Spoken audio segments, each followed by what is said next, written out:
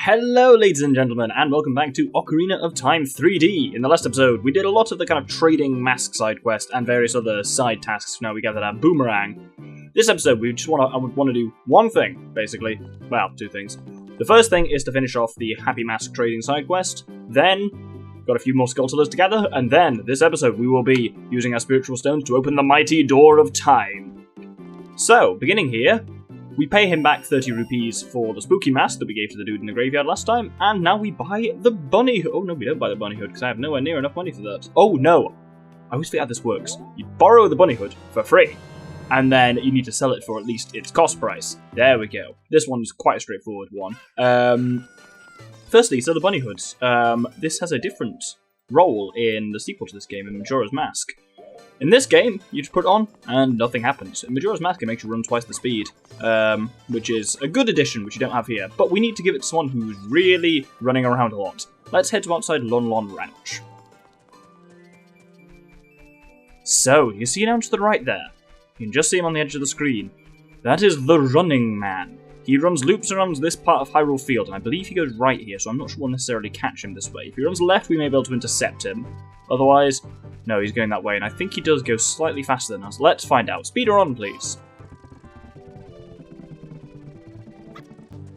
The age-old Zelda debate of does rolling actually make you any faster? Anyway, if we try and stop him, we actually can't, fun fact.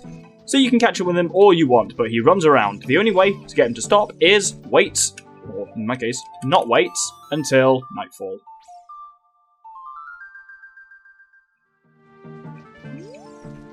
And then when the sun falls...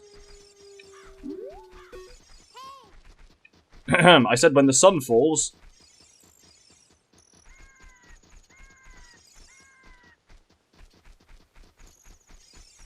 There we go, he stops for a breather, and now we can actually talk to him.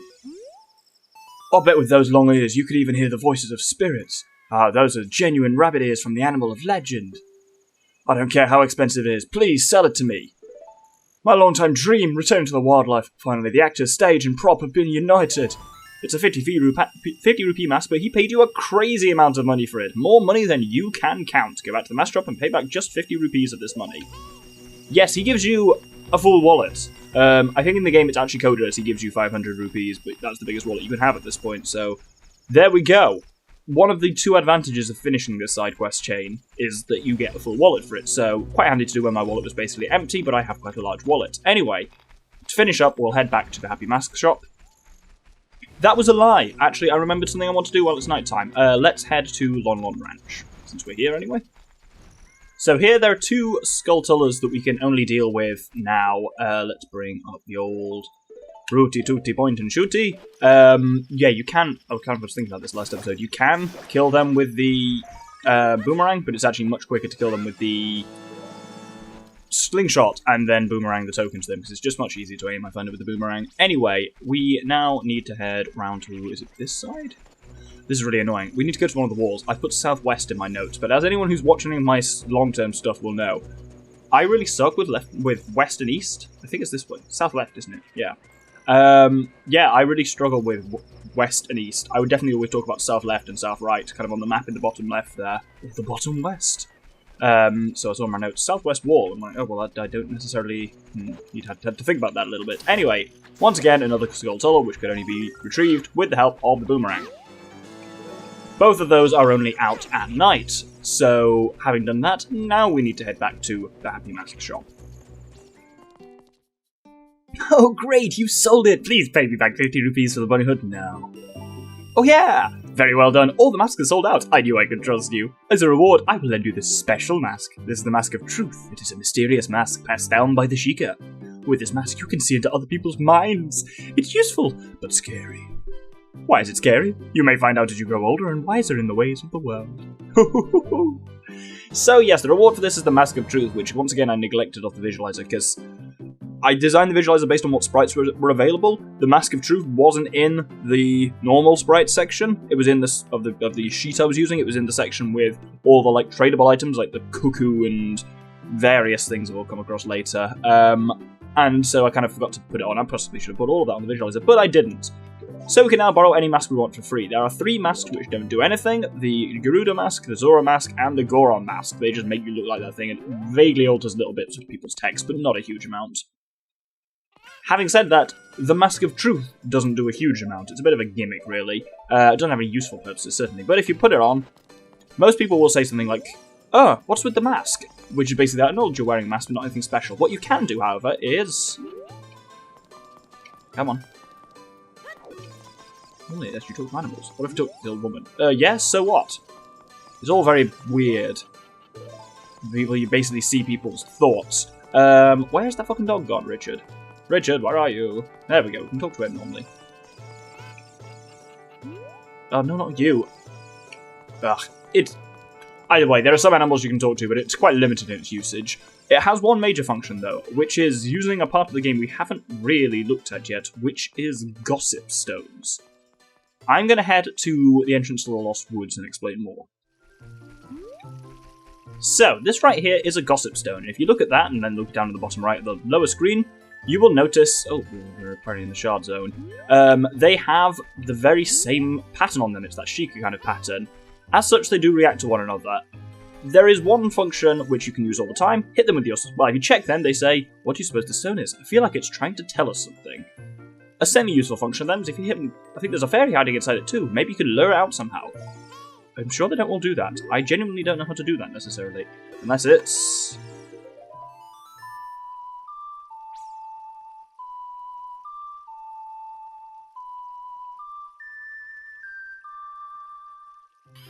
Yes, I thought it might be.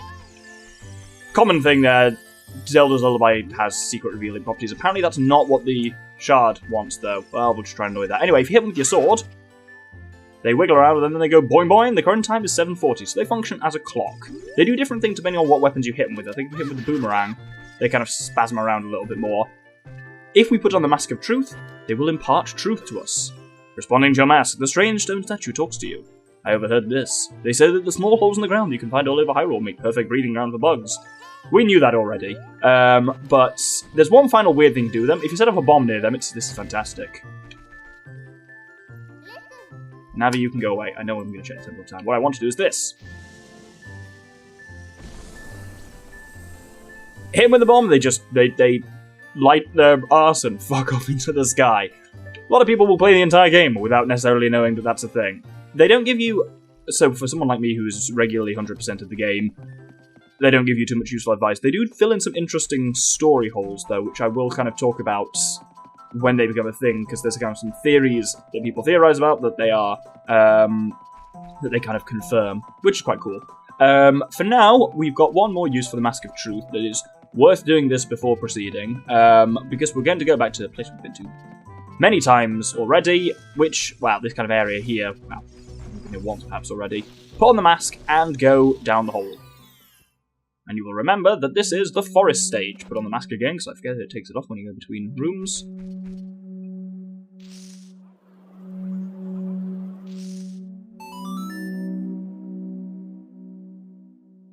So like the kind of skull mask, they respond to the Mask of Truth by kind of, well, this one they cower in fear, which is a bit creepy.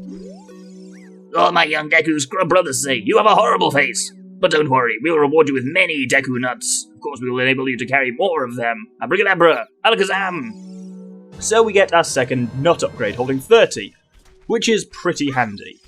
Now, confusingly, we need to head back to Dodongo's Cavern, so I'm going to take the walk to Goron City, and then go from there. Do you remember that room with the giant staircase with all the bombs around it? I'll see you there.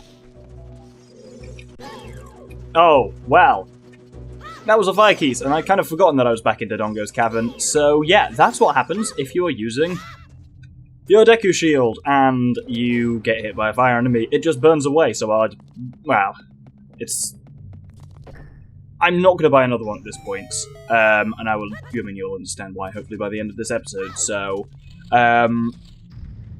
this is the room we want to be in, and we can indeed see our target, Skulltula, is on the wall over there. Whoop-de-dee! So, when you've left this entire dungeon and come back in again, the giant staircase resets, so now it's fully extended up to its full height. And you need to do this to get to the Skulltula. You have to approach it from the top like I did, and then climb around to the side, because if you approach it from the bottom by triggering the staircase, it won't be in the right position to get the Skulltula. So it's a bit of a tricky one to do, and obviously you need the boomerang to get it anyway to kind of encourage you to come back to this dungeon later anyway.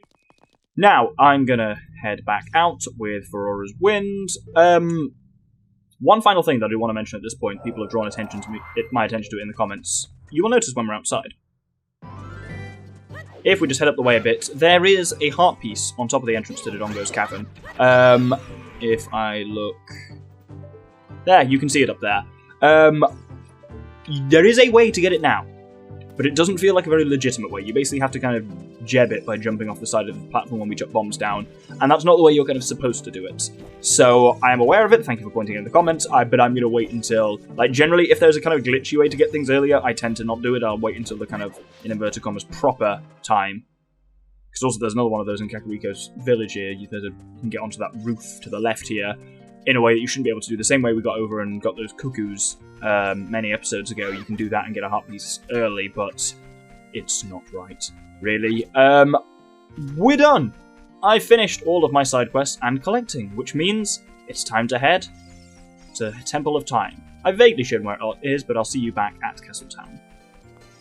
So, over to the right here, this kind of church-like structure is the Temple of Time. It has no fewer than 4 gossip stones outside of it, all of which are useless. And you can't even use bombs here, so you can't set them on all launching at the same time, which is sad. Death Mountain looks pretty cool in the background there. And the music in here is lovely.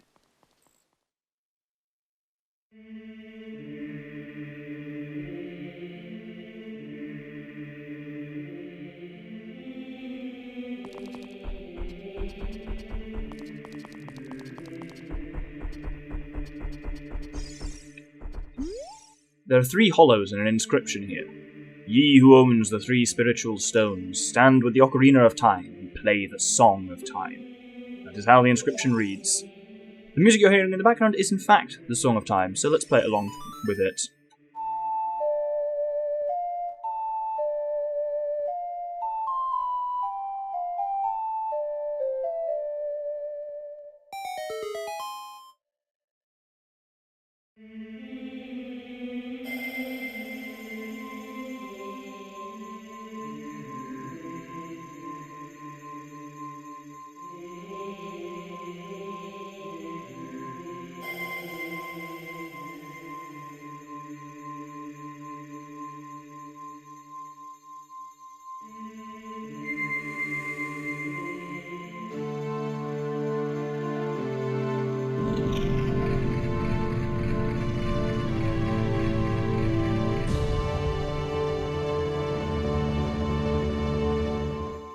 Ooh, I love that moment, the opening of the Door of Time. The music is fantastic, and this whole scene coming up is nothing short of iconic, and still, old though it is, remains one of my favourite scenes in any kind of Zelda game. And I'll talk more about why that is afterwards. For now, enjoy. Doctor, isn't that...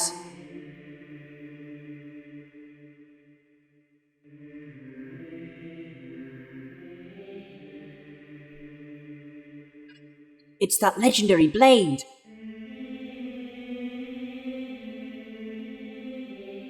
The Master Sword.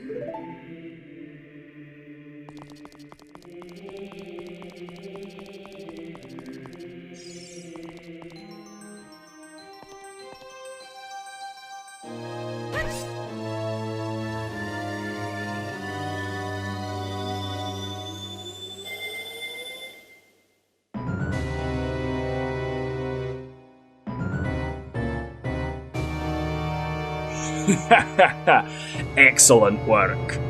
As I thought, you held the keys to the Door of Time. You have led me to the gates of the sacred realm. Yes, I owe it all to you, kid.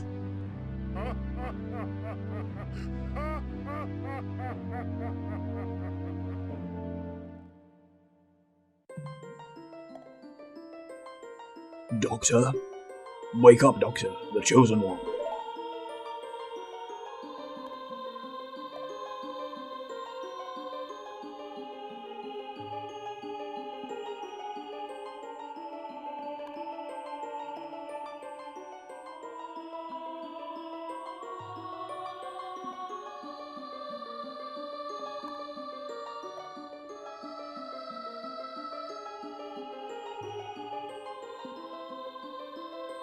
I am Rauru, one of the ancient sages. Ages ago, we ancient sages built the Temple of Time to protect the entrance to the sacred realm. This is the Chamber of Sages inside the Temple of Light. The Temple of Light, situated in the very center of the sacred realm, is the last stronghold against Ganondorf's evil forces. The Master Sword, the evil-destroying sword that you pulled out of the pedestal of time, was the final key to the sacred realm. Doctor, don't be alarmed. Look at yourself.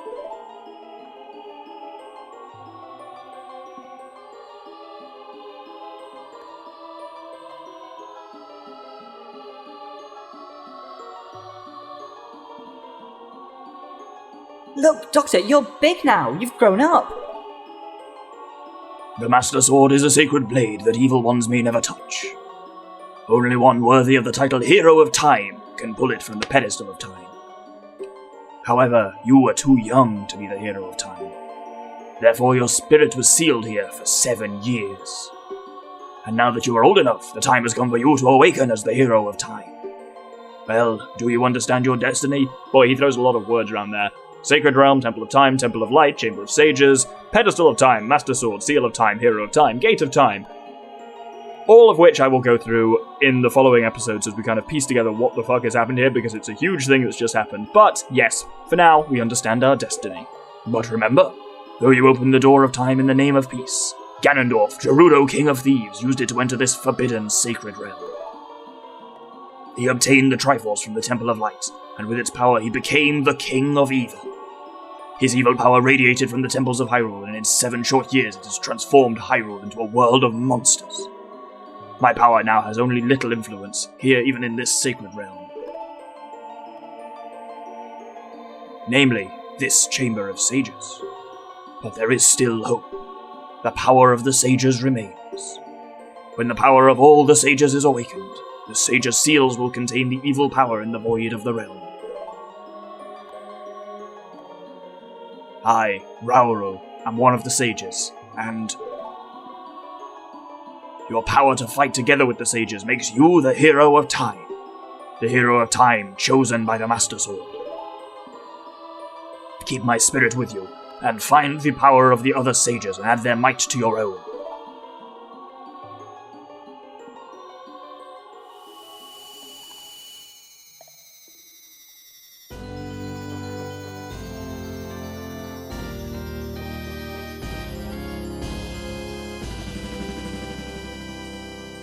You receive the Light Medallion, a new series of quest items. Rauru the Sage adds his power to your own. Find the other sages and save Hyrule.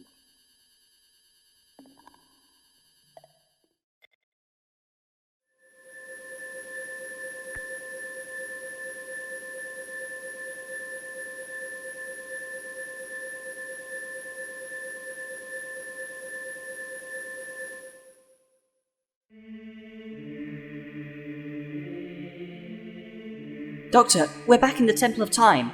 But have 7 years really passed? It looks like you won't be able to use some of the weapons you found as a kid anymore. Let's get out of here.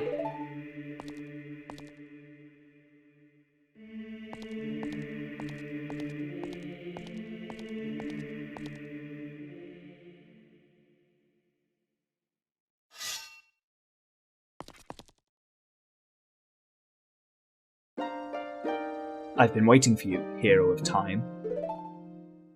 When evil rules all, an awakening voice from the Sacred Realm will call those destined to be sages who dwell within the 5 temples. One in a deep forest, one on a high mountain, one under a vast lake, one within the House of the Dead, and one inside a goddess of the sand. Together with the Hero of Time, the awakened ones will bind the evil and return the light of peace to the world. This is the legend of the temples passed down by my people, the Sheikah. I am Sheik, survivor of the Sheikah. As I see you standing there holding the mythical Master Sword, you really do look like the legendary Hero of Time. If you believe the legend, you have no choice. You must look for the 5 temples and awaken the 5 sages. One sage is waiting for the time of awakening in the Forest Temple. The sage is a girl, I'm sure you know. Because of the evil power in the temple, she cannot hear the awakening call from the Sacred Realm. Unfortunately, equipped as you are, you cannot even enter the temple. But if you believe what I'm saying, you should head to Kakariko Village. Do you understand, Doctor? So, a lot of things have just gone on there. We've been introduced to several new characters, namely Rauru and Sheik. Rauru we don't see much of going forwards, but Sheik is pretty active in this latter half of the game. Well, more like latter two-thirds. As we go outside,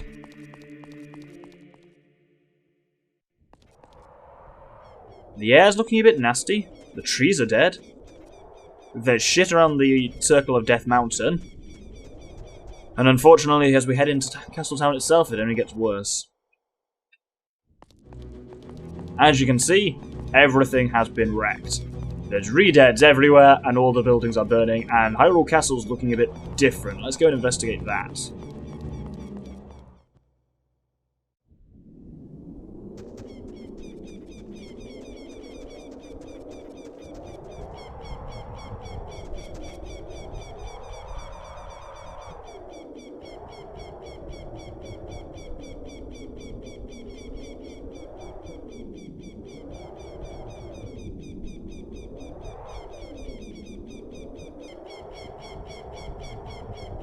Yes, indeed. Hyrule's castle has become Ganon's castle, and is also floating on a chunk of rock above a pool of what seems to be some kind of nasty pink lava. So we can't do anything here for now, but this is just a good way of showing how much stuff has changed in 7 years.